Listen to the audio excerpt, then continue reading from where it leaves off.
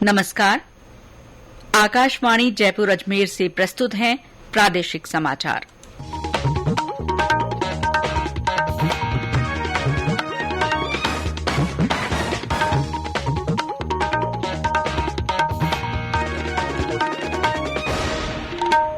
मुख्य समाचार।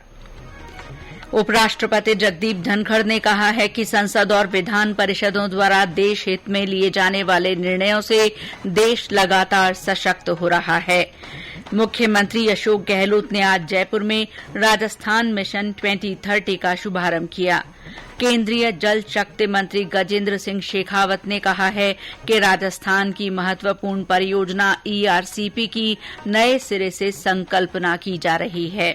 और उपभोक्ता मामले और खाद्य तथा आपूर्ति मंत्री पीयूष गोयल ने कहा है कि सरकार प्याज उपजाने वाले किसानों के हितों की रक्षा के लिए आवश्यक कदम उठा रही है। समाचारों के साथ मैं शीला चावला और अब समाचार विस्तार से। उपराष्ट्रपति जगदीप धनखड़ ने कहा है कि देश में संसद और विधान परिषदों द्वारा देश हित में निर्णय लिए जाते हैं। इन निर्णयों से देश लगातार सशक्त हो रहा है। श्री धनखड़ उदयपुर में 9वें सीपीए भारतीय क्षेत्र सम्मेलन के समापन समारोह को संबोधित कर रहे थे। 2 दिन के सम्मेलन के दौरान लोकतंत्र को मजबूत करने और जनप्रतिनिधियों के समक्ष वर्तमान की चुनौतियों पर चर्चा की गई। इस दौरान विधायिका को सशक्त करने पर भी विमर्श हुआ। समापन सत्र में विधानसभा अध्यक्ष डॉ सीपी जोशी ने सम्मेलन में हुई चर्चा के बारे में विस्तार से जानकारी दी। इस सम्मेलन में देश के विभिन्न राज्यों के पीठासीन अधिकारियों, विधान परिषद के सदस्यों और राज्य मंत्रिमंडल के सदस्यों ने भाग लिया। G20 की व्यापार और निवेश कार्य समूह TIWG की चौथी और अंतिम बैठक आज देर रात संपन्न हो जाएगी। 2 दिन की इस बैठक के दौरान G20 सदस्य देश, आमंत्रित देश और अंतर्राष्ट्रीय संगठनों के वरिष्ठ व्यापार और निवेश अधिकारी प्राथमिकता वाले 5 मुद्दों पर मंथन कर रहे हैं। 2 दिन की बैठक के तुरंत बाद भारत की G20 अध्यक्षता के तहत जयपुर में ही 24 और 25 अगस्त को व्यापार और निवेश मंत्रालयी बैठक आयोजित होगी। मंत्रालयी बैठक के लिए कार्य समूह की बैठक में प्राथमिकता वाले जिन 5 विषयों पर सहमति बनी उनके प्रारूप को अंतिम रूप दिया जा रहा है। G20 के व्यापार और निवेश मंत्रालयी बैठक के लिए कल से मेहमानों का जयपुर पहुंचना शुरू हो जाएगा। बैठक में अमेरिका, ब्रिटेन, चीन, कनाडा, इंडोनेशिया, जापान, यूरोपीय संघ, कोरिया गणराज्य, तुर्की, सऊदी अरब, फ्रांस समेत कई महत्वपूर्ण देशों के व्यापार मंत्री भाग लेंगे। बैठक का उद्घाटन गुरुवार सुबह होगा, जिसमें प्रधानमंत्री नरेंद्र मोदी का एक वीडियो संदेश भी प्रसारित किया जाएगा, जो वैश्विक व्यापार और निवेश मुद्दों पर सार्थक चर्चा के लिए मंच तैयार करेगा। मंत्रालयिक बैठक की अध्यक्षता वाणिज्य मंत्री पीयूष गोयल करेंगे। मुख्यमंत्री अशोक गहलोत ने आज राजस्थान मिशन 2030 का शुभारंभ किया। उन्होंने जयपुर के बिड़ला सभागार में मिशन के उद्घाटन समारोह में कहा कि प्रदेश की प्रगति को 10 गुना गति देने में प्रत्येक व्यक्ति की भागीदारी सुनिश्चित की जाएगी। राज्य सरकार 1 करोड़ लोगों से उनके सपनों के राजस्थान के लिए सलाह और सुझाव लेगी। इन्हीं के आधार पर विजन 2030 डॉक्यूमेंट तैयार कर जारी किया जाएगा। श्री गहलोत ने कहा कि राजस्थान सामाजिक सुरक्षा, शिक्षा, चिकित्सा, स्वास्थ्य समेत कई अन्य क्षेत्रों में देश का मॉडल स्टेट बन गया है।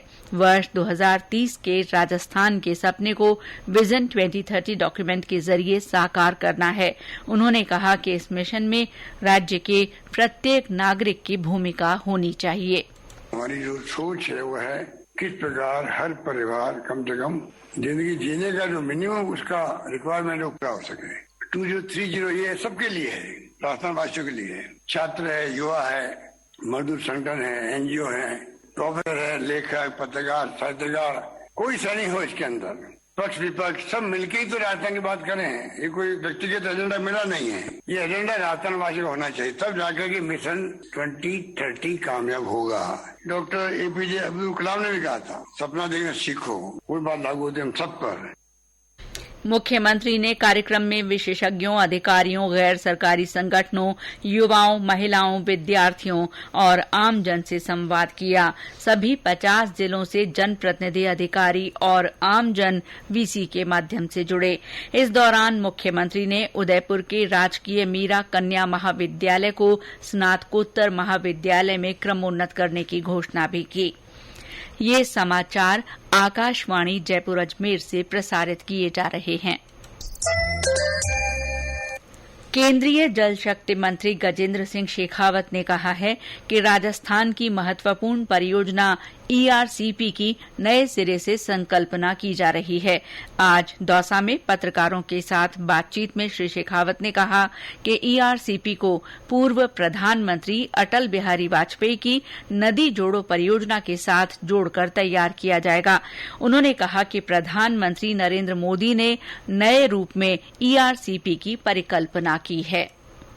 इस ईआरसीपी परियोजना को पुरानी पीकेसी के साथ में जोड़ करके एक नया लिंक ऐसा एस्टेब्लिश किया। डिजाइन बना करके राजस्थान को लगभग 2500 एमसीएम पानी मिले, इसकी संकल्पना की। अभी 521 एमसीएम ये पानी ला रहे हैं, हम 2500 एमसीएम पानी देने की बात कर रहे हैं, 5 गुना पानी। और उसकी लागत क्या होगी? वो 40,000 करोड़ की परियोजना है, जिससे राजस्थान के 13 पूर्वी राजस्थान के जिलों को पीने का पानी मिलेगा। ईआरसीपी में जो सोचा गया था कि कल्पना की गई थी कि 2 लाख हेक्टेयर नई सिंचाई का रकबा बनेगा, लगभग 40 से ज्यादा एग्जिस्टिंग बांधों में पानी भरा जाएगा, जिसमें आपके दौसा का मोरेल बांध भी है। उसके अलावा बाढ़ में अतिरिक्त पानी होने पर अतिरिक्त पानी मिलेगा और अधिक रिजर्वायर को हम भर सकते हैं।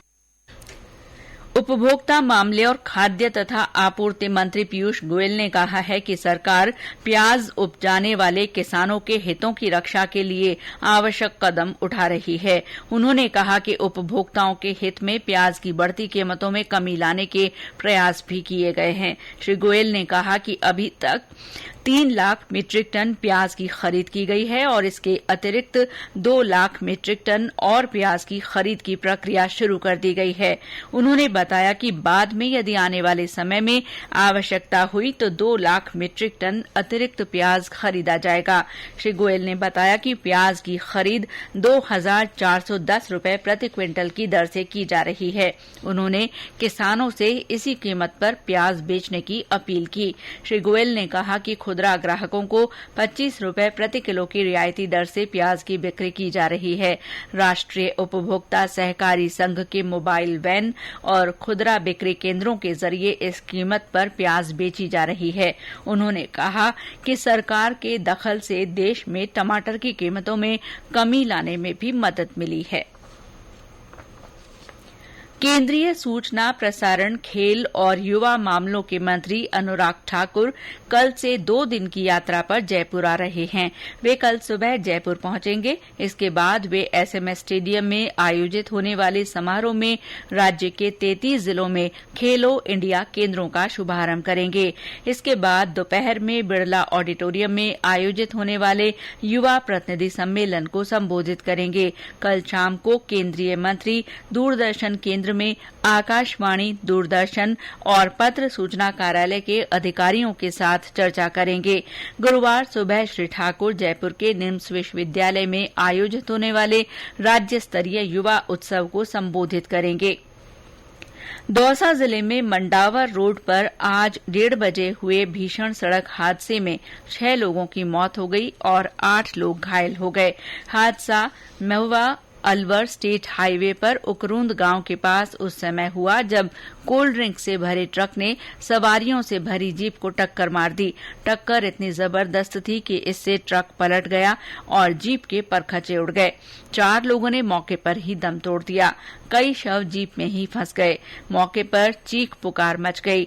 घायलों को महुआ और मंडावर अस्पताल भेजा गया है, जहां से 4 गंभीर घायलों को जयपुर रेफर किया गया। स्थानीय लोगों ने तुरंत महुआ और मंडावर पुलिस को सूचना दी और बचाव कार्य शुरू किया। और अब मौसम। प्रदेश के पूर्वी हिस्सों में कहीं कहीं पर भारी बरसात और कुछ स्थानों पर हल्की से मध्यम बारिश दर्ज की गई है। पश्चिमी राजस्थान में कहीं कहीं पर हल्की से मध्यम बारिश हुई है। भीलवाड़ा के मांडल में सबसे ज्यादा 9 सेंटीमीटर बारिश दर्ज की गई। अजमेर के अराई में 7 सेंटीमीटर, बारां के शाहबाद और जोधपुर के शेरगढ़ में 5-5 सेंटीमीटर बरसात रिकॉर्ड की गई। भरतपुर में आज दोपहर में आधे घंटे तक हुई बरसात से निचली बस्तियों में पानी भर गया। करौली में उमस और गर्मी के बाद बारिश से लोगों को गर्मी से राहत मिली है। धौलपुर में 3 घंटे से अधिक समय तक बारिश हुई, जिससे शहर की सड़कों पर पानी भर गया। सिरोही जिले के पिंडवाड़ा और स्वरूपगंज सहित कुछ स्थानों पर हल्की बारिश हुई। इस बीच बाकी हिस्सों में तेज गर्मी और उमस से लोग परेशान हो रहे हैं। बीकानेर, चूरू और सीकर के फतेहपुर में दिन का तापमान 40 डिग्री तक पहुंच गया। पिलानी में भी पारा 40 डिग्री के नजदीक जा पहुंचा। इस बीच मौसम विभाग ने आज अलवर, बारां, भरतपुर, धौलपुर जिलों में कहीं कहीं भारी बारिश की संभावना व्यक्त की है। अन्य पूर्वी हिस्सों में कहीं कहीं बिजली गिरने की संभावना है। केंद्रीय मंत्री गजेंद्र सिंह शेखावत ने आज दौसा में भारतीय जनता पार्टी के कार्यकर्ताओं की बैठक ली। इस बैठक में पार्टी के नेता भी मौजूद रहे। श्री शेखावत ने भारतीय जनता पार्टी के सदस्यता अभियान, बूथ विजय संकल्प कार्यक्रम, मेरा बूथ सबसे मजबूत अभियान को लेकर फीडबैक लिया। चंद्रमा की सतह पर कल चंद्रयान 3 के उतरने के संबंध में निर्णय लैंडर मॉड्यूल और चंद्रमा की स्थिति को देखकर लिया जाएगा। अहमदाबाद में इसरो के अंतरिक्ष अनुप्रयोग केंद्र के निदेशक नीलेश एम देसाई ने ये जानकारी दी। उन्होंने आकाशवाणी समाचार से विशेष बातचीत में विश्वास व्यक्त किया कि चंद्रयान मिशन निर्धारित योजना के अनुसार चलेगा और 23 अगस्त की शाम को चंद्रयान सुरक्षित रूप से चंद्रमा की सतह पर उतरेगा। उन्होंने ये भी कहा कि यदि मौसम की स्थिति उपयुक्त नहीं रही तो चंद्रयान 3 को चंद्रमा पर उतारने की प्रक्रिया 27 अगस्त तक स्थगित की जा सकती है। और अंत में मुख्य समाचार एक बार फिर। उपराष्ट्रपति जगदीप धनखड़ ने कहा है कि संसद और विधान परिषदों द्वारा देश हित में लिए जाने वाले निर्णयों से देश लगातार सशक्त हो रहा है। मुख्यमंत्री अशोक गहलोत ने आज जयपुर में राजस्थान मिशन 2030 का शुभारंभ किया।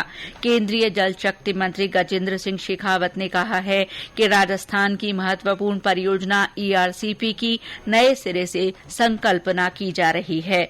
और उपभोक्ता मामले और खाद्य तथा आपूर्ति मंत्री पीयूष गोयल ने कहा है कि सरकार प्याज उपजाने वाले किसानों के हितों की रक्षा के लिए आवश्यक कदम उठा रही है।